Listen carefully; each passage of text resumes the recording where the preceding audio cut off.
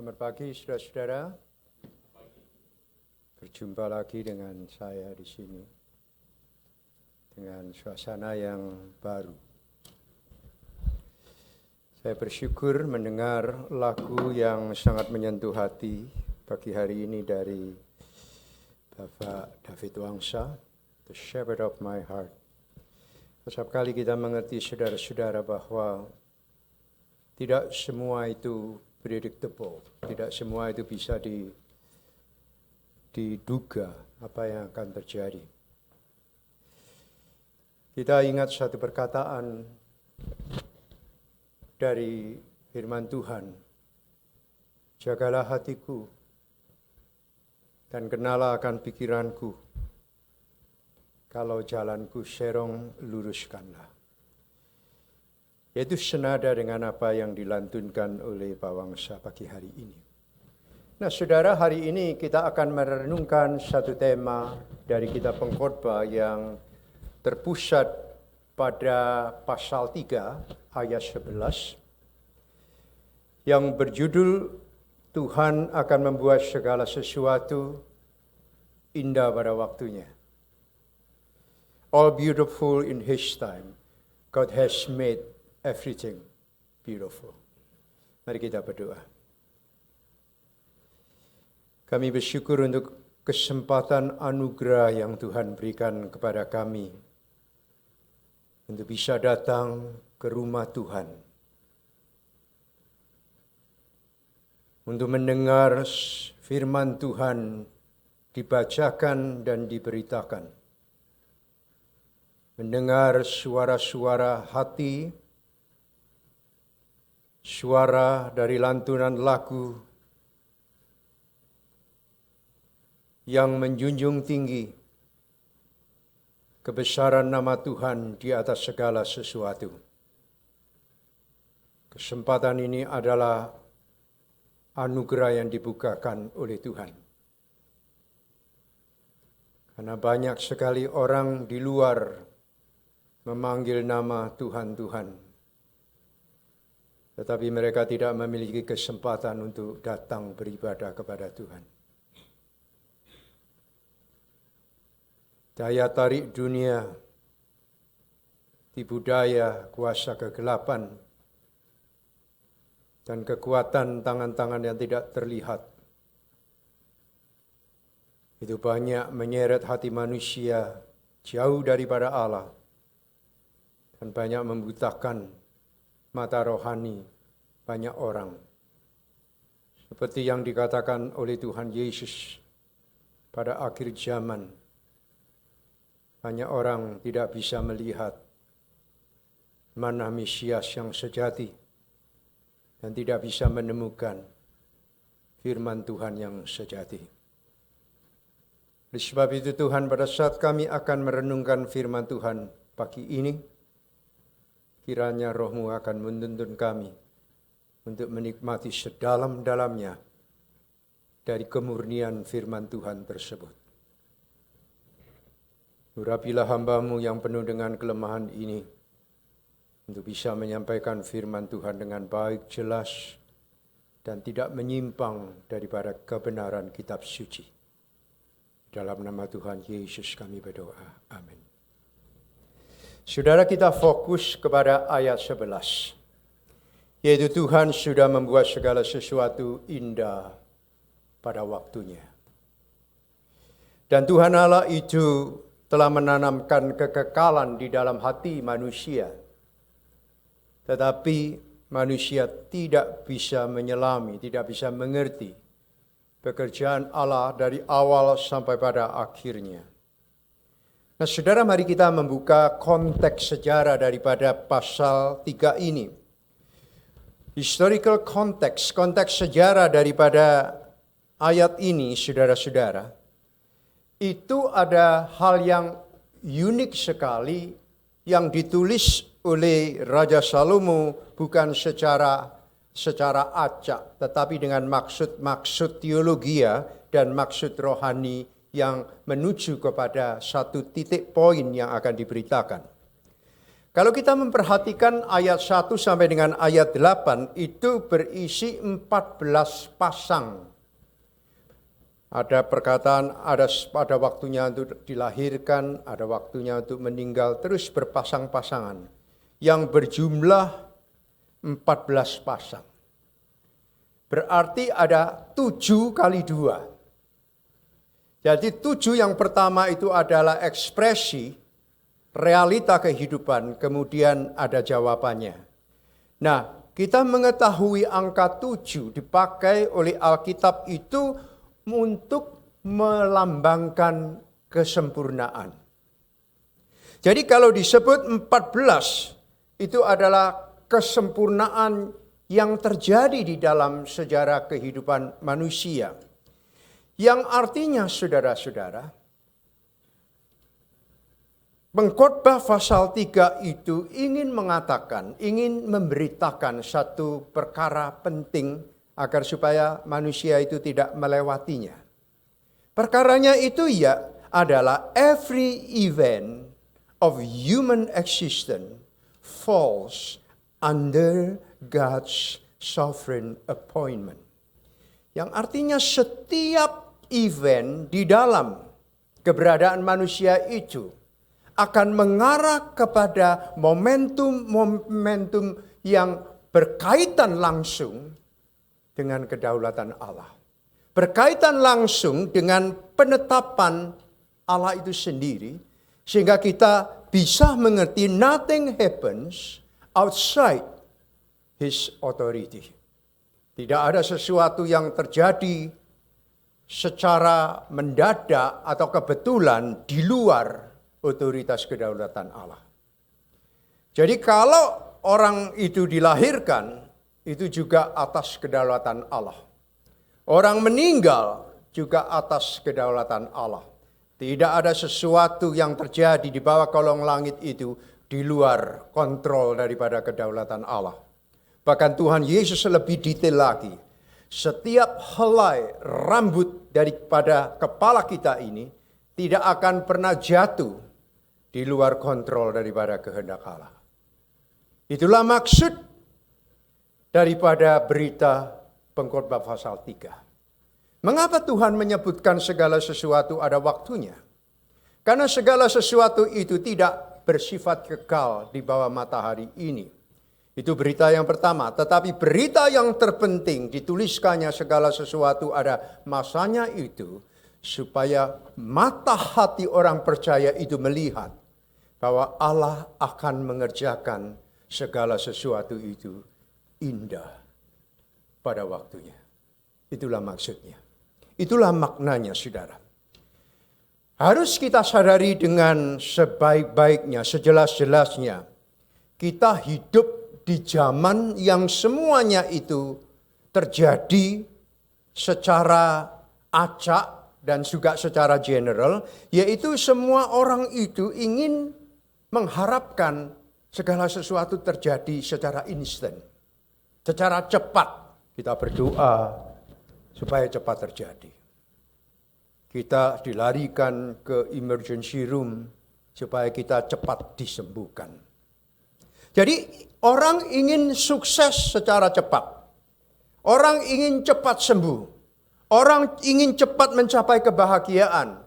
Orang berusaha secara cepat untuk mencapai kekayaan. Dan itulah yang diharapkan oleh orang-orang pada saat ini. Tetapi kitab Pengkhotbah mengingatkan kepada kita bahwa kita tidak hidup berjalan menurut jam manusia. Kita tidak dikontrol kehidupan kita menurut jam manusia. Kalau saudara perhatikan, orang nyetir mobil ada yang santai, ada yang siksak dengan kecepatan tinggi, mau katakan saja mau menuju ke gereja. Begitu sampai perbedaannya hanya 2-3 menit. Kalau saudara perhatikan loh ya. Terus ada orang yang menyalip mobil saya dengan kecepatan tinggi sampai di lampu kendaraan itu, dia stop, saya juga stop di belakangnya dia persis. Jadi cepat bagaimanapun juga dia tidak bisa merubah banyak hal. Jadi, kalau kita memperhatikan kehidupan pada saat ini, kitab Pengkhotbah itu mengingatkan kita semuanya bahwa hidup tidak berjalan menurut jam manusia, sama sekali tidak, melainkan menurut waktu Tuhan. Kita tidak bisa merubah segala sesuatu indah menurut waktu kita. Makin kita mencoba untuk merubah segala sesuatu di sekitar kita, menurut standar kemampuan kita, menurut standar apa yang kita miliki, akan berubah menjadi kekecewaan. Kita akan mendapatkan pohon ara belum berbunga. Kita akan mendapatkan pohon anggur tidak berbuah. Kita akan mendapati satu kenyataan bahwa pohon ara itu mengecewakan. Jadi segala sesuatu yang baik yang kita andalkan, yang kita idam-idamkan di dalam hidup ini, saudara-saudara, kalau kita menaruh dan meletakkan iman, pengharapan, segala energi kehidupan kita kepada hal-hal yang demikian, maka kita akan mendapatkan satu kenyataan yang pahit, yaitu segala sesuatu mengecewakan. Mengecewakan. Oleh sebab itu, ayat ini mengajarkan satu kebenaran yang sangat sederhana, yang berbunyi demikian. Kalau Allah yang menjadikan, whenever God has made, kalau Allah sudah menjadikan, Allah juga akan menentukan waktunya. Dan Allah sendiri yang akan membuatnya indah. Jadi semuanya itu ada di dalam kedaulatan Allah. Mari kita renungkan perkara yang pertama. Perkara yang pertama ialah Allah akan membuat segala sesuatu itu indah pada waktunya. Dimulai dengan terang. Dimulai dengan terang. Pada saat Allah akan menjadikan langit dan bumi, pertama-tama Allah membuka lembar halaman pertama kitab penciptaan itu dengan kata-kata terang. Kenapa Allah membuka pekerjaannya itu dengan terang? Karena Allah itu adalah terang. Dan Tuhan Yesus mengatakan, "Aku adalah terang dunia. Barang siapa berjalan di dalam dia, dia tidak akan berjalan di dalam kegelapan." Di dalam bagian lain dari kitab suci, saudara-saudara, barang siapa tinggal di dalam terang, dia akan melihat Allah. Barang siapa yang tinggal di dalam Allah, dia itu milik Allah. Barang siapa yang tinggal di dalam terang, dia itu tinggal bersama-sama dengan Allah itu sendiri. Tetapi barang siapa yang hidup di luar terang, dia hidup di dalam kegelapan, dan kegelapan itu menguasainya. Nah, kita perhatikan satu kalimat pertama saja dari atas. Allah menjadikan. God has made. Sadar atau tidak sadar, saudara menerima ataupun menolak, sejak kita lahir dan ditaruh Allah di dalam kandungan ibu kita, itu adalah pekerjaan Allah. God has made di dalam kandungan ibu kita. Membingkai kita punya keberadaan. Dia menyulam mata hati kita. Dia merenda kita punya desire.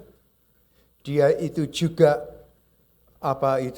membordil segala sesuatu di dalam diri kita untuk membentuk identitas manusia sesuai dengan kehendaknya. Saya akan menjadi seorang waikung. Ya, anak saya sudah mengandung dan mengandung seorang anak laki-laki. Saya rindu sekali dipanggil waikung, waikung. Doa saya apa, saudara? Doa saya, Tuhan, berikanlah cucuku yang pertama ini tubuh yang elok seperti Raja Daud. Itu doa saya yang pertama. Yang kedua, Tuhan berikanlah cucu saya yang pertama itu hati yang takut akan Engkau. Hati yang indah kepadamu. Berikanlah kepada dia intelektual yang bijaksana. Agar dia menjadi manusia rohani yang mencari Engkau. Begitu dia lahir, dia punya tangisan yang pertama. Tangisan itu berbunyi, Hosana, Hosana anak Daud. Boleh kan saya berpengharapan seperti itu? Karena kenapa saudara-saudara? Karena dengan doa itu, kita menyelipkan terang di dalam rahim sang ibu. Dengan doa itu kita memberikan sinar wajah ilahi kepada jabang bayi tersebut. Sehingga jabang bayi tersebut itu diharapkan tidak hidup di dalam kegelapan. Dan kegelapan itu menguasai dia. Kegelapan itu menyatroni rahim daripada sang ibu. Itu di luar pengharapan saya saudara-saudara. Dan harus kita mengetahui Allah membuka kehidupanmu. Memulai kehidupan keluargamu. Memulai kehidupan bisnismu, mulai kehidupan kesehatanmu, menyangkut apa saja, setiap single atau aspek di dalam kehidupan kita. Kalau Allah bekerja, Roma pasal 8 ayat 28 mengatakan, Allah turut bekerja di dalam segala sesuatu. God has made everything. Dia membuat segala sesuatu. Supaya orang itu mengalami kebaikan. Untuk mendatangkan kebaikan. Di dalam bahasa Ibrani itu untuk mendatangkan beauty. Mendatangkan kecantikan, kemuliaan, keayuan di dalam kehidupan ini. Bagi orang-orang yang mencintai dia. Jadi kalau Allah itu memulai pekerjaannya yang paling tidak dimengerti oleh manusia sejak dari awal. In the beginning. Allah itu menciptakan terang, beauty, keindahan, keagungan yang luar biasa. Kalau saudara memperhatikan secara teliti, urut-urutan di dalam kitab Kejadian. Setelah Allah menjadikan terang, maka muncul langit, baru diikuti bumi, lautan, tumbuh-tumbuhan, binatang, kemudian apa yang berkemeriak di dalam laut, dan yang terakhir adalah manusia. Jadi dibuka dengan terang, maka segala sesuatu itu ada di dalam terang. Kegelapan disingkirkan lebih dahulu, terang menguasainya. Sehingga apa yang terjadi? Semuanya diterangi. Dari angkasa sampai di bawah bumi itu mengalami terang. Dan apa yang dilakukan setelah itu? Tuhan mengatakan, it was good. Very, very good. Dalam ungkapan bahasa Ibrani itu dikatakan, Adonai barah tov me'od. Tuhan itu melihat, Tuhan itu menjamah, Tuhan itu menciptakan. Dan dia mengatakan baik dan sungguh sangat baik. Ketika saya dilarikan ke rumah sakit, saya tidak merasakan sakit. Cuman heart rate saya ini 148, 150. Haji Ilan itu teks saya bolak-balik, ayo cepat ke gawat darurat terus. Akhirnya anak saya yang di New York telepon saya, jadi kamu harus ke IR. Akhirnya dengan sangat terpaksa saya ke IR. Saya ke IR, begitu diperiksa, buru-buru semua orang, dokter-dokter sibuk semuanya dilarikan sana sini. Akhirnya didapati saya kena sepsis. Sepsis itu infeksi yang dimulai daripada darah, kemudian merusak paru-paru, jantung, kemudian kidney ginjal, kemudian liver. Berapa hari yang lalu, kira-kira 3 hari yang lalu, saya baru tahu dan saya betul-betul kaget. Kardiologis itu mengatakan, tahu enggak Anda ketika dilarikan ke ICU? Enggak tahu. Jantungmu itu critically weak. Jadi jantung itu sudah sangat lemah. Sehingga saya diberi bantuan pernafasan. Diikuti dengan paru-parumu berjalan lemah juga. Dan dibarengi juga dengan kamu punya ginjal, itu nyaris fail dan perlu cuci darah. Jadi dokter berusaha untuk mempertahankan hidupmu dengan 2 option. Kalau bisa akan berlanjut hidup terus, kalau tidak ya meninggal dunia. Dokter ngomong-ngomong sama istri saya. Dia mengatakan, istri saya mungkin tanya, bagaimana? Terus dokter menjelaskan, sangat kritikal, sangat severe. Kira-kira bisa berbulan-bulan baru bisa pulih. Dan di rumah sakit kira-kira berapa hari? Paling sedikit 12 hari. 3 malam saya di rumah sakit, saya mengalami mukjizat yang pertama. Mukjizat yang pertama, paru-paru saya tertolong. Terus darah saya sudah tidak keracunan lagi. Mukjizat yang kedua ialah saya bertemu dengan dokter kidney, ternyata kidney saya ini 86,6. Perfect, sempurna. Jadi tidak jadi cuci darah, cuma cuci sama sabun saja. Jadi tidak cuci darah, saudara-saudara. Ya puji Tuhan. Mukjizat yang ketiga ialah sebetulnya saya harus berbulan-bulan itu mengalami recovery, tetapi ternyata cuma 3 hari. Cuma 3 hari, kemudian saya diperbolehkan pulang. Ya pulanglah saya. Saya pulang, berapa minggu yang lalu saya masuk IR lagi, saudara. Karena saya pulang dengan membawa kantong bladder, ini dilubangi, kasih selang, kemudian cairannya dikeluarkan supaya tidak infeksi. Lah itu lepas. Saya kira lepas, saya coba pasang-pasang sendiri. Saya copot itu verbalnya, saya pasang-pasang sendiri. Kok tidak bisa masuk ya? Tidak bisa masuk. Kemudian saya ke IR, prosedurnya sama seperti saya masuk pertama kali, saudara. Periksa ini, periksa itu, dilarikan ke CT scan, lari ke MRI. Waduh, macam-macam sampai saya, ngapain sih dokter itu cuma masang begini aja kok tidak bisa. Terus saya bilang sama dokter, tinggal pasang kenapa tahu? Oh tidak sesimpel what you said my friend. Loh harus surgery lagi. Oh my goodness.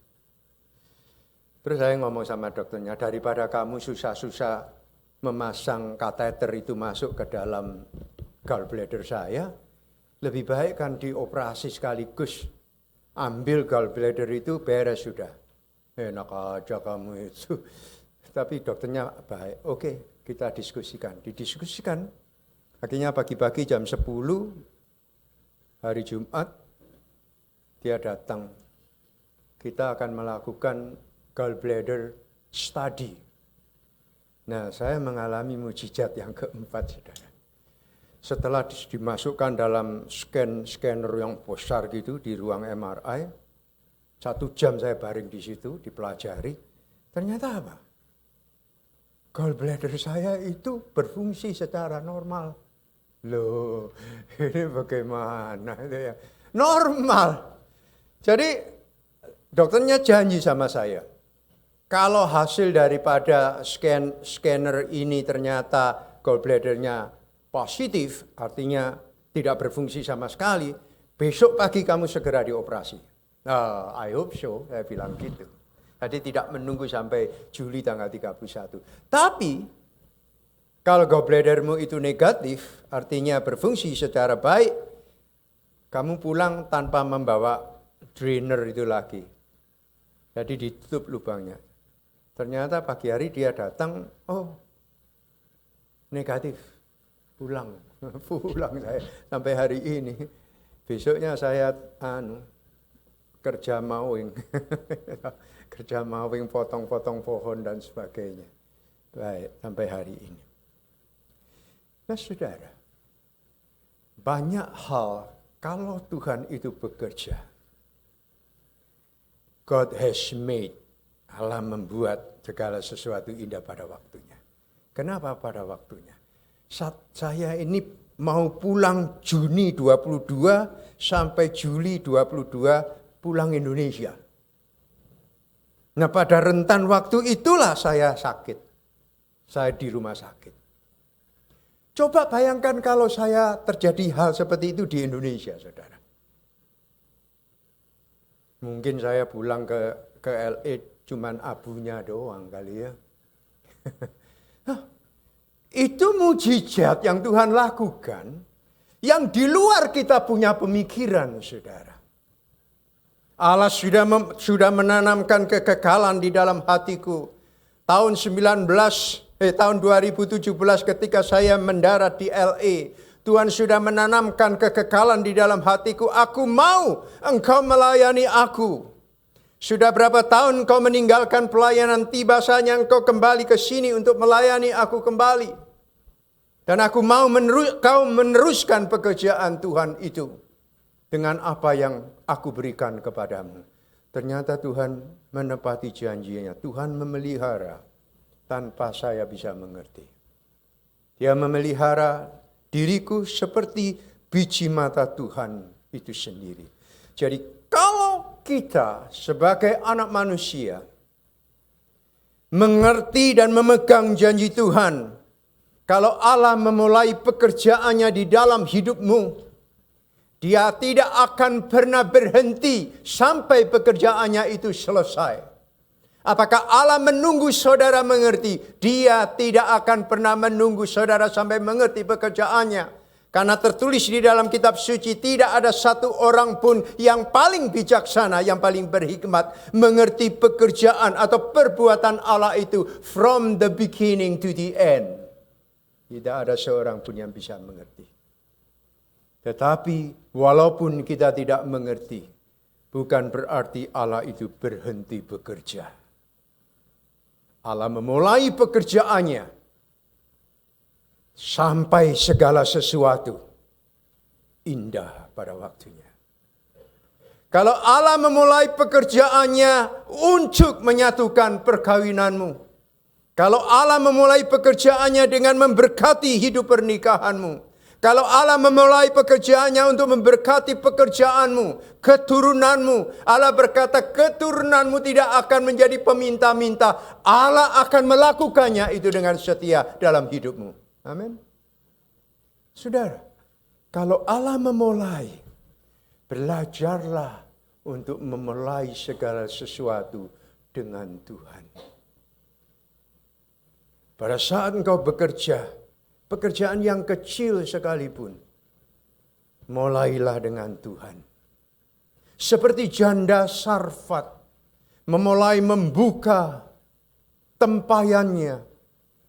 Tidak membuka tempayannya dengan kekhawatiran, tidak membuka tempayannya dengan keraguan-raguan. Tetapi membuka tempayannya bersama-sama dengan Tuhan. Dia memulai pekerjaannya dalam step pertama itu bersama-sama dengan Tuhan. Jangan menjadikan Tuhan Allah sebagai step terakhir yang hendak saudara ambil dalam hidupmu. Belajarlah dari Ananias dan Safira. Dia mencuri uang yang sebetulnya uang persembahannya sendiri, tapi dia curi. Dia khawatir akan hidupnya. Yudas Iskariot memulai hidupnya tidak bersama-sama dengan Kristus, saudara-saudara. Dia memulai hidupnya dengan cinta akan uang. Dan firman Allah mengatakan, barang siapa yang memulai hidupnya dengan cinta akan uang, dia berakar di dalam kejahatan. Mulailah hidupmu bersama-sama dengan Allah. Karena kenapa? God has made everything beautiful in its time. Tuhan akan membuat segala sesuatu, bukan satu, bukan dua, bukan tiga. Segala sesuatu yang berkaitan langsung dengan kehendak Allah, dengan rencana Allah, dengan plan yang di-set up di depan kita. Tuhan tidak akan berhenti melakukan pekerjaannya sampai dia berteriak, "It is finished." Tetelestai, sudah selesai. Termasuk pekerjaanmu. Termasuk keselamatanmu. Segala sesuatu mulailah bersama-sama dengan Allah. Allah melakukan pekerjaannya tidak berakhir dengan vanity. Tidak berakhir dengan kesia-siaan. Memang di dalam ayat 1 sampai ayat-ayat selanjutnya berbicara tentang segala sesuatu ada waktunya. Ada waktunya Allah membiarkan engkau berderai-derai air mata. Ada waktunya Tuhan membiarkan engkau hidup di dalam kecemasan dan ketakutan. Ada waktunya saudara diombang-ambingkan oleh situasi yang tidak menentu. Tetapi sekali lagi saudara, segala sesuatu ada waktunya. Jangan terus kita berfokus kepada apa yang bergejolak di permukaan. Kalau kita fokus kepada apa yang bergejolak di permukaan, iman kita ini juga diombang-ambingkan. Ketakutan kita itu seperti dibakar di tungku api. Kekhawatiran kita itu semakin diperpanjang, saudara. Dan rasa pahit itu akan semakin dipertegas oleh situasi tersebut. Karena ada yang turut bermain di arena seperti itu. Yang disebut the battlefield arena. Segala macam kekuasaan, segala macam kepentingan berkecamuk di situ. Tetapi Tuhan Allah berkata, aku memanggil engkau keluar. Untuk apa? Untuk melihat I start working for you. Saya ingin saudara mengerti Allah mulai bekerja di dalam hidupmu. Untuk mendatangkan apa? Untuk mendatangkan kebaikan bagi orang-orang yang mengasihi Dia. Dan apa yang Tuhan kerjakan, saudara? Satu, tidak pernah aus. Yang kedua, tidak pernah dimakan oleh usia.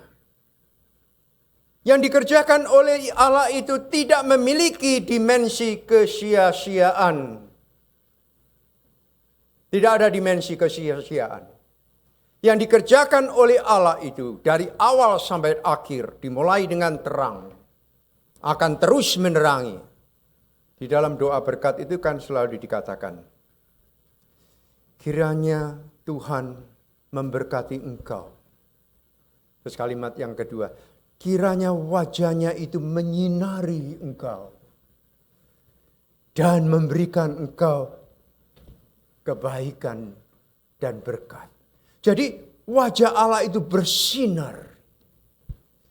Dan Tuhan Yesus memperkenalkan diri kepada gerejanya. Dia adalah the Shekinah Yahweh. Cahaya kemuliaan Allah. Oleh sebab itu barang siapa yang tinggal di dalam Kristus. Dia tinggal di dalam cahaya kemuliaan Allah. Dan tidak ada kegelapan menguasai dia, saudara-saudaraku. Dan Allah memulai segala sesuatu di dalam terang. Maka terang itulah yang membawa saudara kepada satu cetusan firman yang maha indah. Beautiful in its time. Indah pada waktu segala sesuatu yang engkau miliki itu. Pekerjaanmu has a time.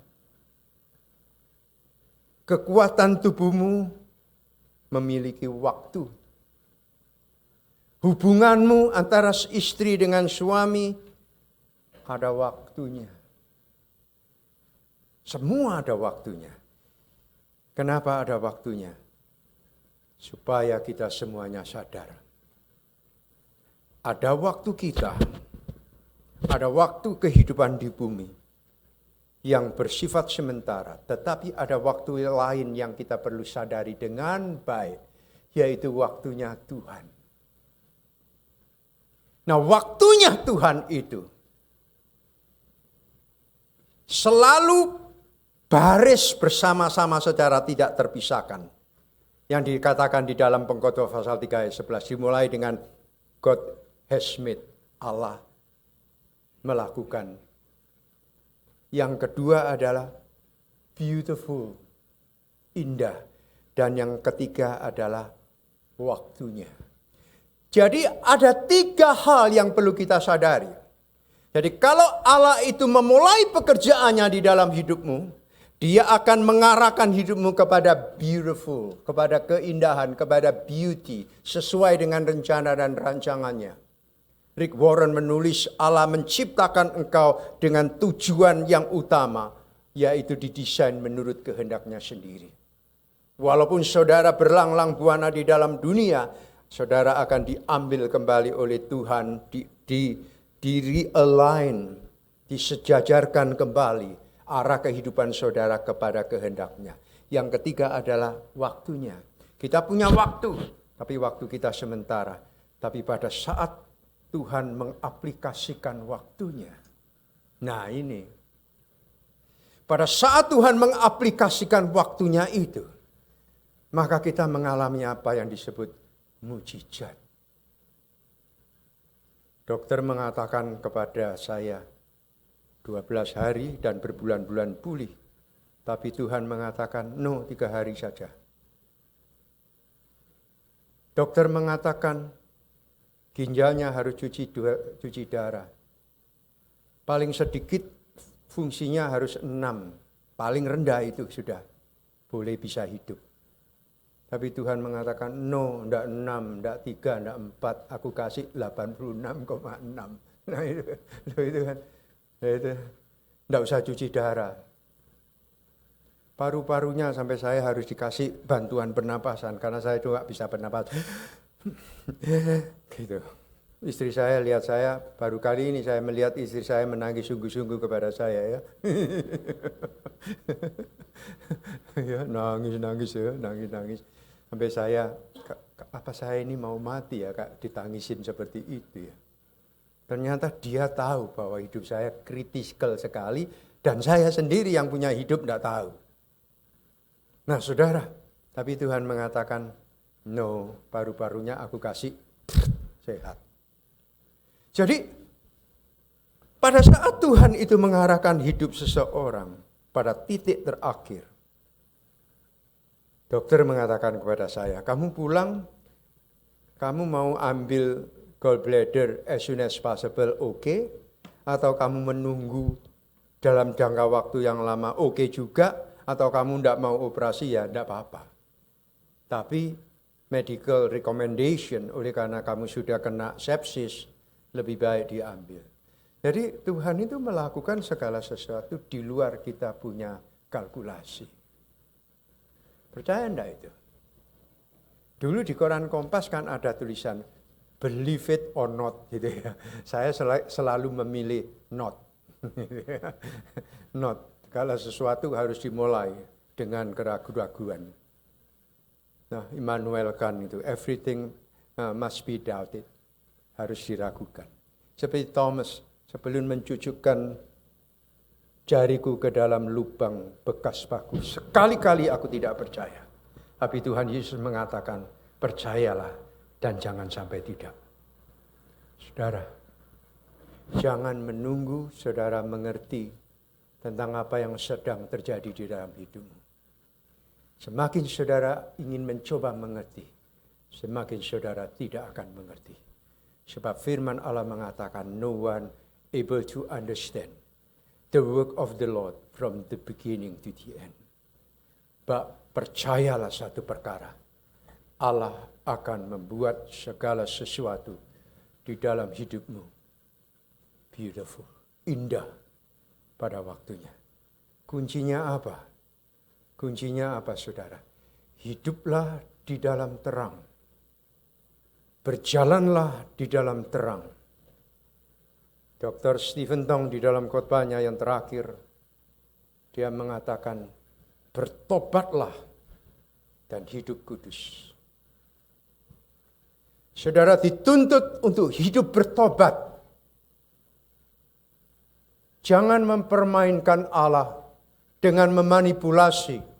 Seolah-olah saudara setia kepada Tuhan. Padahal didapati saudara zero. Saudara miskin di hadapan Tuhan. Jangan saudara-saudara merasa saudara cinta kepada Tuhan. Tetapi ketika Tuhan mengecek saudara, saudara tidak mencintai Dia, saudara mencintai dunia. Oleh sebab itu hidup di dalam panggilan pertobatan. Bertobat engkau dari dosamu. Bertobat engkau dari pilihanmu yang lebih cenderung, yang lebih berat kepada dunia. Bertobatlah dari pilihan seperti itu. Pilihlah sorga. Seperti Tuhan Yesus mengatakan, carilah lebih dulu the primary one. Kerajaan Allah. Itu adalah kerajaan terang. Jangan menjadi orang Kristen yang separuh-separuh. Separuh di dalam terang, separuh di dalam gelap. Tuhan Yesus berkata, kalau engkau adalah anak terang, tinggallah di dalam terang. Jangan tinggal di dalam terang berjubah kemunafikan. Berjubah kepura-puraan. Bertobat. Percayalah kepada Tuhan. Karena Tuhan itu baik kepadamu. God is good all the time. In all situations, just for you and to you. Dan Dia tidak pernah mengkhianati engkau, saudara. Allah itu setia. Jadi kita dipanggil oleh firman Allah. Kalau engkau ingin mengalami God has made everything beautiful in its time. Kalau saudara mendambakan, saudara mengharapkan Tuhan Allah bekerja untuk segala sesuatu di dalam kehidupan kita itu indah pada waktunya. Bertobatlah engkau. Hiduplah dalam pertobatan. Dan jadilah kudus di hadapan Tuhan. Pikiran kudus. Motivasi kudus. Berbicara kudus dan hidup di dalam terang yang sejati. Dan biarlah firman Tuhan hari ini saudara-saudara mengingatkan kita semuanya. Dan firman Tuhan ini juga mengingatkan saya. Saya seorang hamba Tuhan. Saya tidak imun terhadap kuasa kegelapan. Saya tidak imun terhadap pencobaan. Saya tidak imun terhadap ancaman kematian. Tapi satu hal yang saya bisa hidup sampai hari ini. Karena anugerah Tuhan. Dulu saya tidak mengerti mungkin. Tetapi setelah apa yang terjadi di dalam hidup saya. Saya berada di dalam pinggir antara mati dan hidup. Pada saat itu saya menyadari.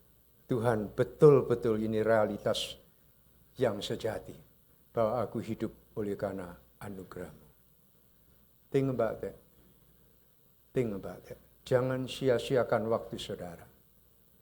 Jangan mengatakan saya kuat, saya masih oke. No. Kita tidak bisa mengklaim diri kita kuat berdasarkan kita punya perhitungan. Kita harus bertanya kepada Tuhan. Sampai di mana Engkau menolong aku, Tuhan? Ebenezer. Ebenezer, sampai di sini Tuhan menolong aku. Bukan karena Engkau, bukan karena aku. Dan bagian yang terakhir yang saya ingin sitir. Bukan karena kuat. Bukan karena gagah. Bukan karena sehat. Bukan karena kaya. Bukan karena saudara punya status yang tetap. Bukan karena saudara tidak punya status. Tetapi saudara hidup hari ini hanya oleh karena anugerah Tuhan. Amin. Mari kita berdoa. Renungkan firman Tuhan sejenak, saudara. Panggilan firman Tuhan hari ini, kalau saudara ingin Tuhan memulai pekerjaannya di dalam hidupmu untuk mendatangkan keindahan. Tinggalkan hidup berdosa. Tinggalkan hidup memanipulasi di hadapan Tuhan. Bertobat dan hidup kudus. Kami bersyukur kepadamu Tuhan. Engkau sudah berkata-kata kepada kami pada pagi hari ini. Kami diciptakan oleh Tuhan dan kami milik Tuhan. Engkau menanamkan kekekalan di dalam batin kami, supaya kami mencari Tuhan seumur hidup kami. Supaya kami hidup dalam pertobatan dan kekudusan, agar kami melihat segala sesuatu yang dikerjakan Tuhan itu indah pada waktunya. Kiranya Roh Kudus akan terus menerjemahkan firman Allah di dalam hati anak-anak-Mu hari ini, agar bukan saja mereka memperoleh penghiburan dan kekuatan, tetapi hidup di bawah kedaulatan Allah secara sukarela dengan penuh kesetiaan dan kesungguhan. Terpujilah nama Tuhan, dalam Kristus Yesus kami berdoa. Amin.